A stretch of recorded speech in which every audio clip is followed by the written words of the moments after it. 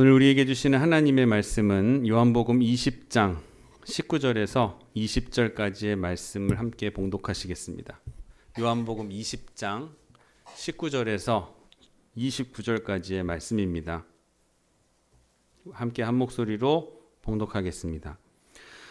이 날 곧 안식 후 첫날 저녁 때에 제자들이 유대인들을 두려워하여 모인 곳에 문들을 닫았더니 예수께서 오사 가운데 서서 이르시되 너희에게 평강이 있을지어다. 이 말씀을 하시고 손과 옆구리를 보이시니 제자들이 주를 보고 기뻐하더라. 예수께서 또 이르시되 너희에게 평강이 있을지어다. 아버지께서 나를 보내신 것 같이 나도 너희를 보내노라. 이 말씀을 하시고 그들을 향하사 숨을 내쉬며 이르시되 성령을 받으라. 너희가 누구의 죄든지 사하면 사하여질 것이요 누구의 죄든지 그대로 두면 그대로 있으리라 하시니라. 12 제자 중에 하나로서 디두모라 불리는 도마는 예수께서 오셨을 때에 함께 있지 아니한지라. 다른 제자들이 그에게 이르되 우리가 주를 보았노라 하니 도마가 이르되 내가 그의 손에 못자국을 보며 내 손가락을 그 못자국에 넣으며 내 손을 그 옆구리에 넣어보지 않고는 믿지 아니하겠노라 하니라. 여드레를 지나서 제자들이 다시 집 안에 있을 때에 도마도 함께 있고 문들이 닫혔는데 예수께서 오사 가운데 서서 이르시되 너희에게 평강이 있을지어다 하시고 도마에게 이르시되 내 손가락을 이리 내밀어 내 손을 보고 내 손을 내밀어 내 옆구리에 넣어보라. 그리하여 믿음 없는 자가 되지 말고 믿는 자가 되라. 도마가 대답하여 이르되 나의 주님이시요 나의 하나님이시니이다. 예수께서 이르시되 너는 나를 본고로 믿느냐? 보지 못하고 믿는 자들은 복되도다 하시니라. 아멘. 오늘 예배에 참석하신 여러분 한 분 한 분을 주님의 이름으로 사랑하고 축복합니다. 우리 앞뒤 좌우에 계신 분들과 인사 나누시겠습니다. 주의 이름으로 사랑하고 축복합니다. 주의 이름으로 환영합니다. 감사합니다. 2층에 있는 분들도 주의 이름으로 축복합니다. 아멘. 오늘은 요한복음 20장 19절에서 29절까지의 본문을 가지고 우리 함께 하겠습니다. 믿는 자가 되라. 믿는 자가 되라 라고 하는 제목으로 하나님의 말씀 증거하도록 하겠습니다. 교회에서 가장 중요한 것은 선교이고 또 그 사명이라고 할 수가 있습니다. 주님께서는 우리에게 교회를 세우고 헌신하고 충성하라는 사명을 맡겨주셨습니다. 오늘 본문 속에도 보면은 예수님께서 나도 너희를 보내노라 라고 하셨어요. 이 말씀은 곧 보냄을 받은 자, 사도라는 것을 의미하고 그것은 전도이고 이 사명을 받은 곳은 곧 교회입니다. 그런데 보낸다고 하는 이 귀한 역사는 부활을 전제로 하고 있다는 것을 우리는 알아야 됩니다. 부활 사건을 전제로 하고 있다는 것을 결코 잊어서는 안 됩니다. 예수님께서 십자가에 달려 돌아가시고 그리고 부활하셨다는 그 부활의 사건 위에 서셔서 예수님은 나도 너희를 보내노라 라고 말씀하신 것이었습니다. 그렇기 때문에 보냄을 받은 사람은 이 부활의 신앙을 잘 가지고 있어야 됩니다. 부활 신앙 없이는 보내는 자도 없고 보내심을 받은 사람도 없다는 것을 우리는 알아야 됩니다. 부활의 사건 위에 서셔서 예수님께서 내가 너희를 보내노라 하셨거든요. 예수님은 그 부활의 사건 위에서 보내셨기 때문에 우리도 부활의 사건 위에서 보냄을 받은 자의 사명을 감당해야 한다는 것이에요. 교회 학교 교사를 한 10년 정도 하신 여자 집사님이 목사님에게 묻습니다. 목사님, 정말 천국과 지옥이 있습니까? 아니 여기에서 저를 이해시키려고 뭐 성경 찾아보지 마시고 있다 없다라고만 단답형으로 빨리 말씀해 주십시오라고 얘기하는 거예요. 목사님이 의아해가지고 그 질문을 하게 된 배경이 무엇인지 물어보셨다는 거예요. 했더니 이 집사님이 대답하시기를 이 세상에 살면서 너무나 복잡한 문제가 많다는 거예요. 시부모님과의 며느리와의 문제, 남편과의 아내와의 문제, 자녀들과의 문제, 또 사회생활하면서도의 문제, 뭐 관계의 문제, 만남의 문제, 사업의 문제, 하루도 자기가 편할 날이 없어서 정말 답답한 일들이 많은데 사실상 천국과 곰곰이 생각해 보니까 천국과 지옥이 있다고 확실하게 보장만 된다면 이런 문제가 다 시시한 것들로서 여겨지게 되지 않겠냐는 거예요. 그래서 목사님한테 천국과 지옥이 진짜 있습니까? 라고 10년 차 된 교사 선생님 하는 집사님이 목사님한테 와서 물었다는 거예요. 우리 생각 정말 이거 중요한 이야기입니다. 우리들의 생각에는 정말 이것도 중요하고 저것도 중요한 것 같아서 병원 갈 시간도 없이 정말 눈코 뜰 새 없이 부지런히 살아갑니다. 그러다가 큰 병이라도 덜컥 걸리신 분들에게 찾아가서 이렇게 묻죠. 아니 이 지경이 될 때까지 어떻게 병원 한번 안 가보셨습니까? 물어보면 다들 그렇게 얘기해요. 병원 갈 시간이 없었습니다. 제가 이렇게 아플 줄 몰랐습니다. 정말 중요한 일들로 인해서 건강과 다 맞바꾸면서 살아왔지만 여러분 한번 되돌아보십시오. 여러분의 인생에서 그렇게 일생일대의 나의 이 운명을 바꿀 만한 일들을 추구하면서 건강과 바꾸면서 살아왔냐는 거예요. 그게 그렇게 중요한 일들이었냐는 거예요. 대단한 일이었냐는 거예요. 아니에요. 사실 알고 보면은 별것 아닌 문제로 고민하고 그거 가지고 씨름하고 있었다는 거죠. 그럼 뭐가 문제예요? 천국과 지옥이 있다는 것이 진짜 큰 문제 아니겠어요? 다른 말로 바꾸면은 부활신앙입니다. 여러분께도 제가 묻겠습니다. 여러분 천국과 지옥이 분명하게 있음을 믿으십니까? 예수님이 여러분을 위해 부활하셨다는 사실을 믿으십니까? 이보다 더 근본적이고 중요한 질문은 없습니다. 우리가 믿는다고 하면서 추상적으로 아직도 뭔가 미진한 부분이 우리에게 있다는 거예요. 그런데 확실한 부활신앙이 있다고 한다면은 그 외의 문제가 뭐 그렇게 대단하냐는 거예요. 장수 오래 사는 거, 건강한 게 뭐 그렇게 그게 큰 문제예요. 돈 많이 벌어가지고 잘 산다는 거 뭐가 그렇게 큰 문제냐는 거예요. 그렇지 않습니까? 좀 울면 어떻고 좀 웃으면 어떻습니까? 좀 배 아프면 어때요? 가장 중요한 문제는 우리에게 있어서 생명에 관한 문제 아니겠냐는 거예요. 생명의 문제는 예수님의 부활과 직결됨을 믿으시기를 바랍니다. 그렇기 때문에 어떤 수고도 어떠한 대가를 치러서라도 예수님이 부활하셨다라고 하는 사실 하나만큼은 우리가 분명하게 믿고 있어야 된다는 것을 여러분 꼭 기억하시기를 바랍니다. 부활신앙이라는 것은 기독교 신앙에 있어서 가장 근본이 되고 기초가 되고 출발이 되는 것이에요. 그리고 마지막 결론이 됩니다. 부활은 믿어도 되고 안 믿어도 되고 믿어도 그만 안 믿어도 그만인 것이 아니라 모든 문제 중에서 가장 긴급하고 가장 중차대한 문제임을 여러분 우리는 꼭 기억하고 재인식해야 된다는 거예요. 성경에서는 그런데 이 부활에 대한 설명을 이해시키려고 하지 않습니다.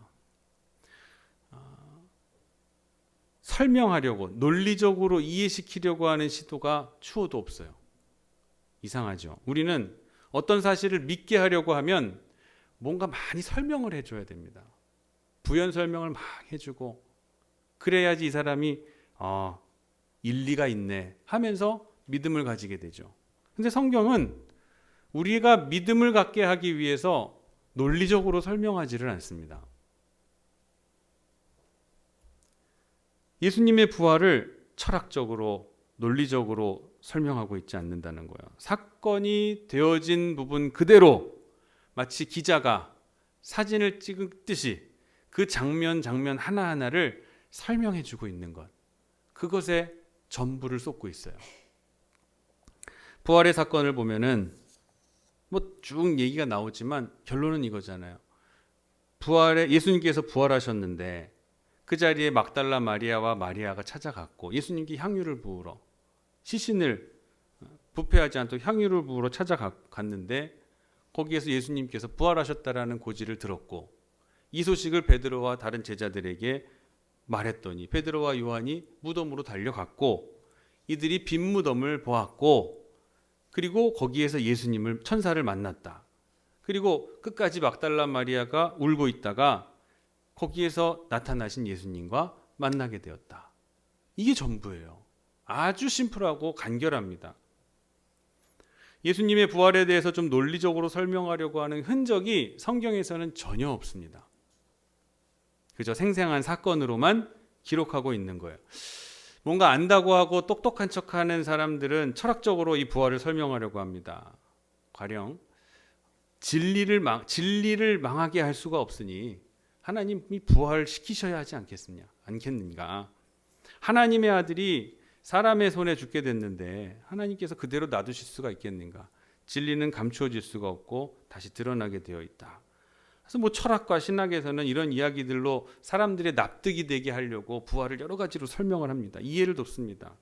그건 학교에서 하는 일이고요. 근데 이게 이해되는 사람이 있고 이해되지 못하는 사람이 있습니다. 성경은 우리에게 부활에 관한 신념을 이해가 되는지 안 되는지 이걸 묻는 것이 아니에요. 부활은 사건이다라고 우리에게 그저 이야기해 주고만 있어요. 이게 설명이 되든 안 되든 과학적이든 아니든 상관없습니다. 성경은 아주 단순하고 깨끗하게 예수님의 부활 사실만 그대로 전하고 있다라는 거예요. 그러니까 우리가 복음을 전할 때에도 이런 자세를 가지고 있어야 돼요. 내가 누군가를 전도하고 복음을 전하고 싶은 사람, 함께 신앙생활하고 함께 천국 가고 싶은 그런 사람에게 내가 복음을 어떻게 전하지? 어떻게 믿게 하지? 하면서 우리는 많이 공부하려고 해요. 많이 논리적으로 이거 교리를 좀 설명해 줘서 이 교리를 믿게 만들려고 하고 이 기독교가 뭔지를 설명해 주려고 합니다. 그래서 이해가 잘 되면 믿을 거라고 기대를 해요. 그러나 그렇게 신앙생활을 하지 않습니다. 그렇게 하지 않아요. 성경처럼 있는 그대로의 사실, 여러분이 부활 신앙으로 살아가고 있는 여러분의 모습을 그들에게 보여주고 그 모습을 통해 감동받은 사람들의 마음이 열리면 그리고 나서 성경의 이야기들이 사실적으로 전해주기만 하면 되는 거예요. 예수님이 이렇게 부활하셨습니다. 그때 이러이러한 사건들이 있었습니다. 아주 심플하게만 전해주면 되는 거예요. 그 뒤는 하나님이 하시는 거예요. 그러니까 내가 뭘 이해시키려고 나의 철학과 논리로 이걸 어떻게든 믿게 만들어 보려고 마음을 가지면 가질수록 그 사람은 나와 멀어지게 됩니다. 나보다 공부 많이 한 사람들이 얼마나 많은데요. 저보다 똑똑한 분들이 얼마나 많아요. 여기 앉아 계신 여러분들 중에서 저보다도 공부 많이 하신 분들 많고요. 배우신 분들도 많고. 제가 여러분들을 상대로 어떻게 지식으로 겨룰 수 있겠어요? 그러나 저는 하나님의 말씀만 해석해서 전달해 드리는 것. 그것 하나로만 여러분께 전해 드리는 거잖아요. 이 본문에서 부활 사건과 부딪히는 사람들의 반응도 마찬가지입니다. 19절과 20절 말씀에 이 본문 이날 곧 안식 후 첫날 저녁 때 제자들이 유대인들을 두려워하여 모인 곳들의 문을 닫았더니 예수께서 오사 가운데 서서 이르시되 너희에게 평강이 있을지어다. 이 말씀을 하시고 손과 옆구리를 보이시니 제자들이 주를 보고 기뻐하더라. 뭐예요? 문을 걸어 잠그고 벌벌 떨면서 두려워하고 있었는데 부활하신 예수님이 그들 가운데 나타나셨으니 저들이 기뻐했더라. 너무 간단한 이야기예요. 심플한 이야기. 어떻게 문을 따고 들어오셨고 뭐 어떻게 영적으로 그런 설명이 전혀 없어요. 정말 깨끗한 표현이에요. 당연히 예수님을 만나니 기쁠 수밖에 없지 않았겠습니까? 이것은 근데 간단한 이야기가 아닙니다. 심플하지만 간단한 이야기가 아니에요. 예수님이 죽었다는 것은, 돌아가셨다는 것은 이들에게 큰 절망입니다. 그리고 내가 따르던 스승이 잡혀 죽었으니 그분을 따르는 제자들도 이제 곧 죽을 운명인 거예요. 쫓아다니던 이들도 당연히 죽을 수밖에 없어요. 언제 잡혀서 어디서 내가 죽게 될지 이제 아무도 모르는 거예요. 그런 두려움에 벌벌벌 떨고 있는 거예요. 그런데 예수님이 나타나셨어요. 얼마나 기뻤겠어요. 예수님의 부활이 곧 제자들의 부활을 보게 되는, 소망을 갖게 되는 그런 사건이었다는 걸 오늘 본문에서 말해주고 있는 거예요. 예수님이 나타나셨다라고 하는 건 제자들도 돌아가신 예수님이 저렇게 나타나셔서 우리에게 오셨다는 건 우리에게도 부활의 역사가 있겠구나라는 것을 소망을 갖게 됐다는 거예요. 다시 말하면 예수님의 부활이 그들의 부활이 되었고, 예수님의 영광 받으심이 곧 그들의 영광 받음이 되었다라는 거예요. 이것이 우리가 가진 기독교의 신앙입니다. 다른 설명이 필요 없습니다. 이것을 좀 확대돼서 우리의 삶에 적용해 보면 예수님의 문제가 곧 나의 문제로, 또 예수님의 해결이 곧 나의 해결로 연결되게 된다라는 것입니다. 부활하신 예수님을 만난 제자들이 이제 두려움에서 벗어나 기뻐합니다. 그런데 기뻐하는 건 좋은데 기뻐하면서 어디로 가냐면 다시 물고기 잡는 옛날 생활로 돌아갑니다. 갈릴리로 다시 내려가요. 예수님을 만나서 매우 기뻤는데, 감격했는데 다시 물고기를 잡는 생활로 돌아가는 거예요. 슬그머니 옛 생활로 돌아가 버리는 거예요. 이것이 뭘 의미해요?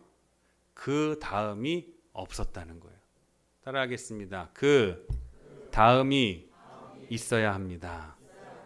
자, 그 다음이 있어야 돼요. 그 다음이 있으려면은 필요한 것이 있어요. 오늘 예수님께서 그 다음에 있어서 필요한 게 뭐가 있는지를 말씀해 주셔요. 함께 읽겠습니다. 시작. 이 말씀을 하시고 그들을 향하사 숨을 내쉬며 이르시되 성령을 받으라. 아멘. 숨을 내쉰다. 하나님의 숨, 이것은 루아흐라는 단어예요. 숨이라는 건 성령을 얘기해요. 그러니까 숨을 내쉬는 거, 예수님이 한숨 쉬셨다는 게 아니라 하나님의 숨, 성령을 내쉬면서 몸으로써 그 성령을 표현하시고, 그리고 이어서 말씀, 음성으로 성령을 받으라라고 행위와 음성을 함께 결합해서 제자들이 이해할 수 있게 아주 쉽게 설명해 주신 거예요. 성령을 받아야 된다. 강조하신 거예요. 성령의 역사가 있어야 비로소 그 사건이 내 사건이 되고, 마침내 그 사건을 위해서 내 생명을 바칠 수 있는 그러한 증인이 될 수 있게 되는 것입니다. 굳게 잠겼던 문이 잠겼는데 들어오신 이 실제적인 사건이 있었고, 예수님의 부활을 경험했고, 예수님의 두 못 박힌 손과 못자국을 보았고, 크게 기뻐한 것만으로도 좋지만 그것으로 끝나서는 안 된다라는 거예요. 그것만 가지고 신앙생활해서는 안 된다라는 거예요. 신앙생활 40년, 50년 해도 그 기쁨만 가지고 신앙생활하는 분들이 많습니다. 성령을 받아서 성령에 순종하는 삶을 사는 것, 그리고 더 나아가 그 순종하는 삶은 복음을 전하라고 하시는 예수님의 명령을 지키며 사는 삶이어야 되는데, 기뻐하는 삶만 가지고 평생을 사는 것, 그걸로 신앙생활이 전부라고 생각하는 사람들이 많이 있다는 거예요. 성령을 받고 성령의 역사에 대한 순종을 통해서 우리의 믿음을 키워가시는 여러분 되시기를 주님의 이름으로 축원합니다. 성령을 받아야 시동이 걸리는 거예요.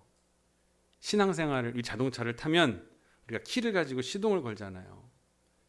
뭔가 출발을 하려면 우리의 신앙도 출발을 하기 위해서는 성령의 역사가 있어야 돼요. 성령께서 내게 역사하시는 것. 우리의 신앙의 시동을 성령으로 거시는 여러분 되기를 축복합니다. 여러분, 순교지를 제가 지난주에 방문해서 우리 성도들과 같이 다녀왔어요.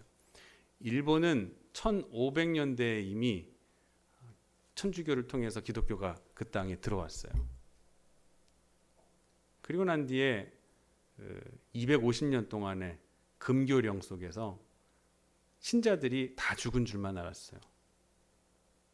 그런데 그러면서 얼마나 많이 핍박을 했는지 수만 명의 사람들이 일본 지역에서 신자들이 죽었어요. 어떻게 죽었느냐, 정말 하나하나 들으면 가슴 뭉클해지고 눈물 주룩 흐르는 이야기들을 우리가 보고 듣고 왔습니다. 자녀를 앉혀놓고선 목에다 칼을 대고 너 아버지에게 너 예수 믿어? 너 계속해서 신앙생활 할 거야? 하나님 배반해라. 그럼 아들을 살려줄게. 저는 예수님을 배반할 수 없습니다. 나는 아들의 목을 탁 칩니다. 그 자리에서. 그리고 난 다음에 그 배우자를 데리고 또 앉혀놓습니다. 너 예수 계속 믿는다고 고백할 거야? 예, 저는 예수를 나의 구주로 고백합니다. 그 아내를 그냥 그 자리에서 목을 치는 거예요.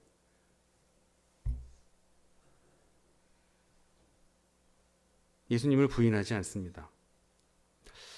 일본에는 온천이 많잖아요. 그 온천이 뭐 일반적으로 우리가 목욕할 수 있는 온천 말고 부글부글 끓는 온천들이 유황이 끓는 그런 곳이 있어요. 그런 곳에 그리스도인들을 끌고 갑니다. 예수 믿는 사람들을 끌고 가요. 그래서 거기다가 담급니다. 그러면은 온몸에 화상을 입으면서 괴로워하죠. 다시 꺼내요. 너 예수 믿을 거야? 너 계속해서 신앙생활 할 거야? 나는 예수님 배반할 수 없습니다. 다시 담가요. 몇 번 하다 실신하면 꺼내가지고 치료해 줍니다. 며칠 동안 정성껏 치료해 줘요. 다 나으면 또 데리고 가요. 또 온천에 담그는 거예요. 이렇게 해서 죽은 그리스도인들이 너무 많아요. 한 영주인 다이묘가 영주인데요. 일본은 영주들 중심으로 작은 공동체로서 나라들 촌락을 이루면서 살았잖아요. 그것을 운센지옥이라 그래요. 운센지옥. 온천에서 그리스도인들을 핍박을 한 거예요. 그걸 5년 동안은 한 거예요. 그런데 5년 동안 하면서 예수님을 배교하는 사람이 하나도 없는 거예요. 이 다이묘가 야, 이렇게 해서는 이들을 배교시킬 수가 없겠다. 그래서 5년 만에 중단해 버립니다. 예수 믿는 사람들은 이렇게 해서는 절대로 우리가 얻는 효과를 얻을 수가 없어. 배교 안 하네. 포기하자. 자기들이 포기하는 거예요. 그런 사람들이 수없이 많습니다. 오사카 옆에 보면 교토라고 하는 곳이 있죠. 교토에서 예수 믿는 사람 24명을 잡아 한쪽 귀를 자르고 줄줄이 묶어서 1월 한겨울 그 추위 눈 내리는 곳에 신발도 신기지 않은 채 묶고 끌고 갑니다. 나가사키의 니시자카 언덕까지 끌고 가요. 거리가 한 200km가 돼요. 사람들에게 보이면서 예수 믿으면 이렇게 된다는 것을 본보기로 보여주는 거죠. 그렇게 끌고 가서 끌고 가는 행렬 중에 제일 나이 어린 아이가 12살. 제가 갔다 와서 세종이한테 네가 몇 살이지? 제 막내에게 물어봤어요. 12살이에요. 너만한 애가 귀가 잘리고 손이 묶이고 맨발로 한겨울에 동상에 걸린 발이 터지고 아물고 터지고 아물고 하는, 그러면서 한 달 동안을 걸어가지고 나가사키까지 걸어온 거예요. 뭉클하더라고요. 근데 그 24명 중에 2명이 중간에 행렬에 합류합니다. 저도 그리스도인입니다. 나도 예수 믿는 사람입니다. 하고서 같이 행렬에 합류해서 26명이 되어서 그 26명이 니시자카 언덕에 올라갑니다. 사람의 키에 맞추어서 십자가들을 다 준비해 놨기 때문에 자기적 보면은 내 십자가가 저렇게 조만하구나라고 보는 거예요. 곤잘레스 수사가 올라와서 이것이 제 십자가입니까? 가르쳤다는 거예요. 그리고 거기 눕는 거예요. 못 박히고 불을 지펴 화형시키는 거예요. 12살, 13살, 14살짜리 아이들도 있었고요. 수사, 그리고 인도 사람, 멕시코 사람, 스페인 사람, 그리고 일본 사람, 다양한 사람들을 붙잡아 가지고 죽이는 거예요.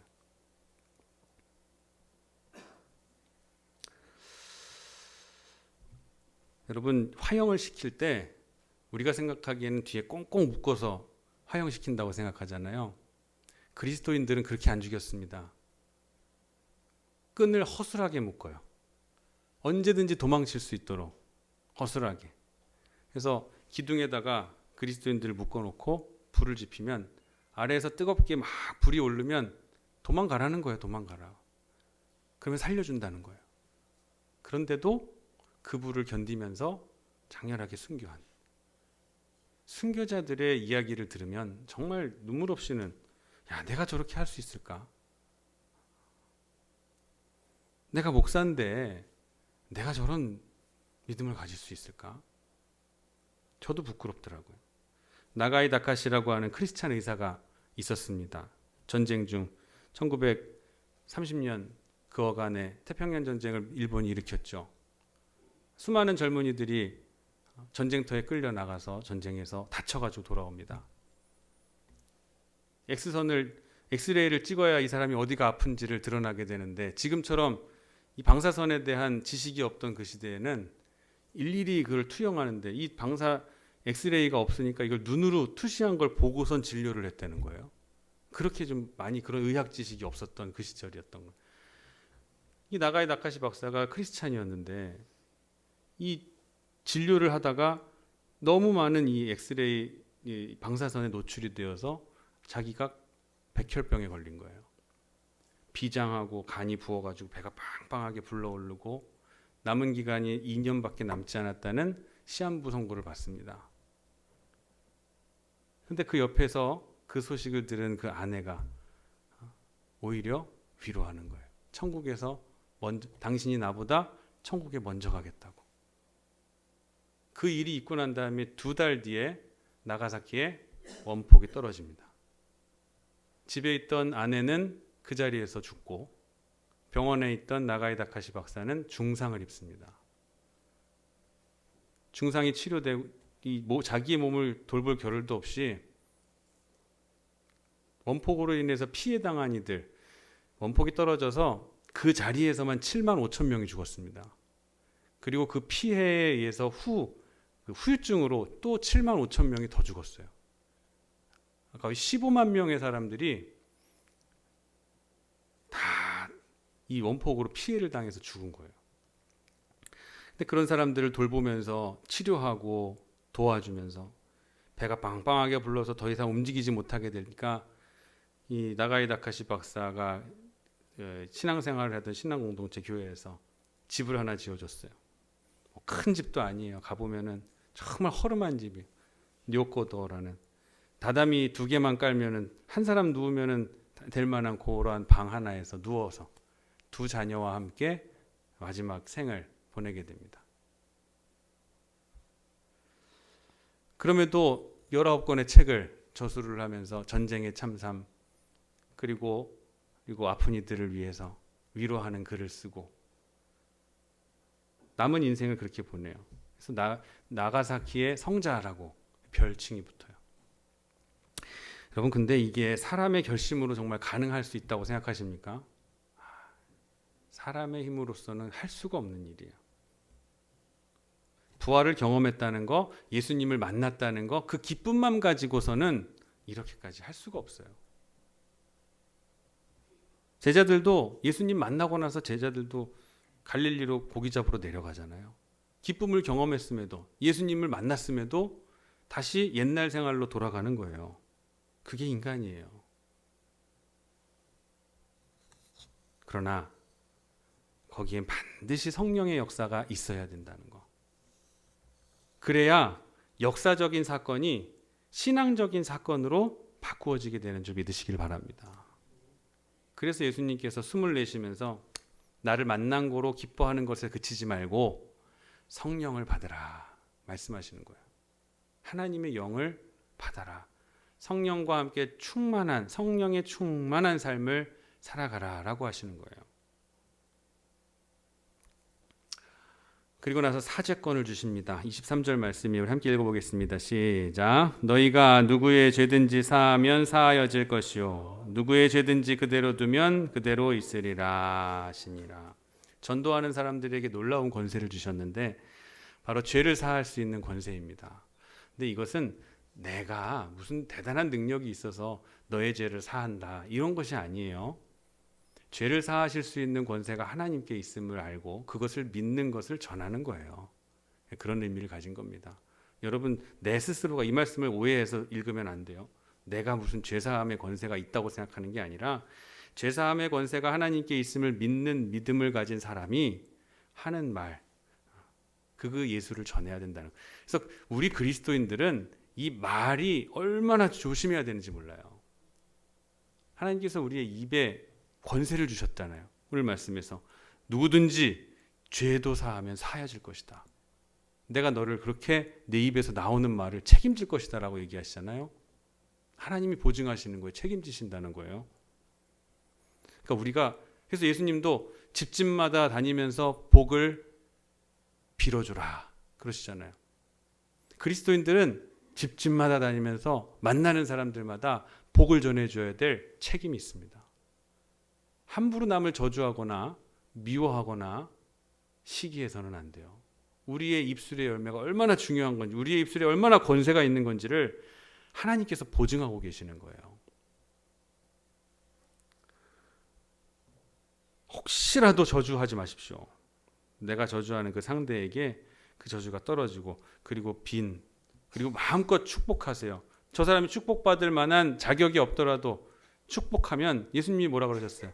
그 빈 축복이 받을 만한 자격 없는 사람에게 빌어준 축복이 다시 너에게 돌아온다는 거예요. 다시 너에게 돌아올 것이다. 그러니까 많이 축복할수록 많이 복을 빌어줄수록 복 받는 비결인 줄 꼭 기억하시길 바랍니다. 그러니까 복 받는 사람은 꼭 이 말에 복이 있어요. 항상 불평하고 원망하고 그리고 후회하고 과거에 영화에만 사로잡혀서 사는 사람들, 옛날에 그랬는데 후회, 원망, 그런 사람들은 말년이 좋지 못합니다. 복이 있어야 돼요. 복이. 죄를 사하는 권세를 하나님이 가지고 계시다. 이것을 전하는 것이 곧 저와 여러분의 사명이고 교회의 사명이고 부활을 전하는 것이 교회의 또한 사명임을 꼭 기억하시기를 바랍니다. 자, 그리고 마지막으로 도마의 문제. 도마의 이야기로 마무리가 돼요. 도마는 두 가지 문제가 있어요. 첫째는 공동체 의식이 없었어요. 두 번째는 믿음이 믿지를 않았어요. 도마는 예수님이 오신 그 자리에 없었습니다. 없었던 것이 문제예요. 없었음이 문제예요. 우리가 어렵고 정말 힘든 시기에는 같이 있어야 돼요. 같이. 어려울 땐 더 특별하게 같이 있어야 되는데 지금 예수님이 돌아가셨는데 혼자 개인 행동하고 어디 갔는지 없어요. 예수님 오셨는데도 그 자리에 없어요. 얼마나 억울하겠어요. 예수님 오셨는지 나만 못 봤어. 얼마나 억울해. 그러니까 도마가 의심이 많은 사람이라고는 하지만 믿고 싶지 않았을 거예요. 사실. 나만 못 봤으니까. 막 시기심이 일어나지 않았겠어요? 왜 나만 못 보지? 왜 나 없을 때 하필이면 왔다 가신 거야? 라는 생각이 들지 않았겠냐는 거예요. 그러니까 도마가 의심의 대명사가 돼버린 것이지 않을까. 좀 그렇게 생각을 해요. 혼자 개인 행동하지 마십시오. 교회 안에서도 뭐 합니다. 그러면 함께 하시고 뭐 이거 합시다. 그러면 네 하고 동참하고 작은 힘이라도 좀 보태고 화단을 정리합니다. 그러면 홈이라도 갖고 나오고 벽을 칠합니다. 그러면은 붓이라도 하나 가지고 나오면서 아니면 난 옆에서 간식이라도 좀 돌봐야지. 내가 좀 섬겨야지. 하는 마음으로 동참하는 공동체 의식이 있어야 된다는 거예요. 교회는 그러한 곳이어야 돼요. 도마처럼 혼자서 딴짓하고 있다가 함께하는 그 사람들 은혜 받고 함께하는 그 사람들은 예수님 만나고 기쁨에 확 사로잡혀서 감격을 경험했는데 나만 못 만났어. 다른 제자들을 바보 만드는 게 두 번째입니다. 믿지 않아요. 다른 이들이 말하는 걸 믿지 않아요. 듣지 않아요. 왜? 내가 경험하지 못하니까. 참 이 고집이라는 게 사람을 얼마나 우매하게 만드는지 몰라요. 참 고집스러운 거 여러분 버리시기를 바랍니다. 고집은 버려야 돼요. 내가 다 아는 게 아니에요. 나보다 더 똑똑하고 나보다 더 나은 방법을 가지고 있는 사람들의 의견과 생각들이 이 세상에 많습니다. 우리는 방에 구멍을 하나 딱 뚫어놓고 그 방 안을 들여다보면서 야, 방이 이렇게 생겼구나라고 하는 정도만 보는 거지, 그 방 안에 담겨진 그 넓은 공간을 우리는 절대 이해하지 못하는 거예요. 우리는 그렇게 우매한 거예요. 어리석어요. 고집을 부리지 마시길 바랍니다. 이 고집으로 다른 제자들을 지금 바보 만들고 있잖아요. 도마 혼자서 다른 제자들을 바보 만들고 있는 거예요. 내가 보지 못했으니까 난 못 믿겠다. 본 너희들이 헛것을 본 거다. 내 경험이 최고다. 얘기하는 거예요. 내 경험, in my opinion, 내 의견에는, 내 경험상으로는. 너무 고집 부리지 마십시오. 다른 사람이 봤다고 하면 받아들일 수 있는 믿음도 가지시기를 바랍니다. 인정할 수 있는 믿음. 저 사람이 했다면 나도 믿어. 나도 믿어. 우리가 본다는 게 굉장히 주관적이기 때문에 그래요. 그리고 지극히 개인적이고 가변적이고 일시적인 것이라서 그래요. 여러분 경험이 뭐 대단한 겁니까? 어떤 교회에 한 여자 집사님이 계셨는데 결혼한 지 일주일 만에 남편이 사별을 했어요. 남편이 돌아가셨어요. 결혼한 지 일주일 만에. 근데 좀 후에 지나서 배가 불러오는 거예요. 낳고 보니 아들이에요. 그 아이를 키우면서 20년을 30년을 키워가 결혼할 때가 됐어요. 이 아이가 결혼식을 해서 들어가는데 이 기분이 이상하더라는 거예요. 내가 결혼을 했나 안 했나? 내가 결혼을 했었나 안 했었나? 그게 의심이 들더라는 거예요. 분명히 나는 결혼을 한 사람인데 일주일 만에 남편이 죽었으니 내 결혼 생활이 결혼을 한 경험을 했긴 했는데 이게 한 건지 꿈속에서 했는지 아닌지 이게 분간이 안 되더라는 거예요. 근데 확실한 증거가 있잖아요. 뭐예요? 아들이 있잖아요. 확실한 증거가 있는데도 불구하고 나의 경험이 자꾸 헷갈리는 거예요. 여러분 우리가 눈으로 본다는 거, 체험한다는 게 뭐 대단한 것 같지만 사실 그렇게 진리가 될 수 없습니다. 그래서 행여 그런 분들 있죠. 뭐 우리 꿈속에서라도 주님을 만나게 해주세요. 주님 보고 싶습니다. 예수님 만나게 해주세요. 예수님 얼굴이라도 한번 봤으면 참 좋겠습니다. 그런 간절한 마음을 가지고 가난한 마음을 가지고 사는 것은 아주 좋습니다. 하지만 내가 예수님 협박하는 사람 있죠. 예수님 얼굴 안 보여주면 난 이제부터 안 믿을 거예요. 이거 굉장히 어리석은 거예요. 여러분의 눈, 경험 그거 그렇게 대단한 거 아닙니다. 지금 우리 일본 갔다 왔지만 이 경험 금방 또 잊어버려요. 이게 인간이에요. 언제 갔지? 막 이러고. 너무 고집 부리지 마십시오. 여러분의 경험이 절대적이 아닙니다. 우리의 기억은 희미해지고 지극히 가변적이고 일시적이에요. 자, 꼭 만져봐야겠다는 도마와 같은 우리에게, 또 도마에게 예수님께서 말씀하시죠. 함께 읽어보겠습니다. 시작. 예수께서 이르시되 너는 나를 본고로 믿느냐? 보지 못하고 믿는 자들은 복되도다 하시니라. 아멘. 그래서 가장 좋은 방법은 오직 성경, 그리고 오직 성령의 역사, 성령께서 하시는 일, 그리고 그 성령의 역사에 순종하는, 응답하는 나의 믿음, 그것이 바로 믿음이에요. 가라 하시면 가보면 알 거 아니에요. 하지 말라 그런 것은 안 해보면 알 거 아니에요. 끊으라, 행하라 그러면 행해보면 알 거 아니겠습니까? 뭐가 좋은지 뭐가 나쁜지 알 거 아니에요. 여러분 오늘 보지 않아도 믿는 자가 더 복되도다 하는 예수님의 말씀을 명심하시기를 바랍니다. 그리고 저는 제자들보다 오히려 지금 여기 계신 여러분들이 믿음이 훨씬 더 훌륭하다고 생각해요. 제자들은 부활하신 예수님을 눈으로 보기라도 했죠. 승천하시는 예수님을 눈으로 보기라도 했죠. 근데 우리는, 여러분 본 적 있으세요? 예수님이 십자가에 못 박히신 거 본 적 있으세요? 근데 성경이 그렇다고 그러니까 다들 그냥 믿고 받아들이시고 순종하시잖아요. 저는 제자들의 믿음보다, 그 당시 순교했던 제자들보다 여러분의 믿음이 더 훨씬 훌륭하다고 하나님 인정하시리라 저는 믿습니다. 그 믿음을 잘 간직해 가시길 바랍니다. 말씀과 성령의 역사하심, 성령의 조명하심, 그걸 통해서 성경을 우리가 읽을 때 우리의 믿음이 점점점 자라가고 성숙해져가는 여러분 경험할 수 있게 될 줄 믿습니다. 고집을 버리십시오. 고집스러운 사람이 되지 말고 온유하고 겸손한 사람이, 그건 성령께서 해주시는 거예요. 꼭 성령의 능력을 의지하시고 순종하실 수 있는 저와 여러분 되기를 주님의 이름으로 축복합니다. 기도하겠습니다. 부활의 기쁨만 가지고 이후의 변화가 없이 갈릴리로 터덜터덜 내려가는 베드로의 모습이 바로 우리의 모습이었음을 고백합니다.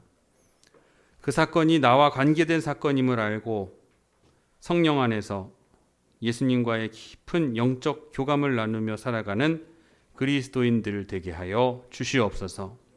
감정에 의존하는 신앙이 아니라 믿음에 기댈 수 있는 삶이 되게 하여 주시옵소서. 오직 성경으로, 오직 성령의 능력, 역사로, 그리고 그 역사에 나의 순종을 얻는 그런 믿음, 이것이 바른 줄 알고 늘 말씀을 묵상하며 살아가는, 성령의 인도하심에 순종하며 살아가는 태장교회의 모든 성도가 되게 하여 주시옵소서. 감사드리며 거룩하신 예수님의 이름으로 기도드립니다. 아멘.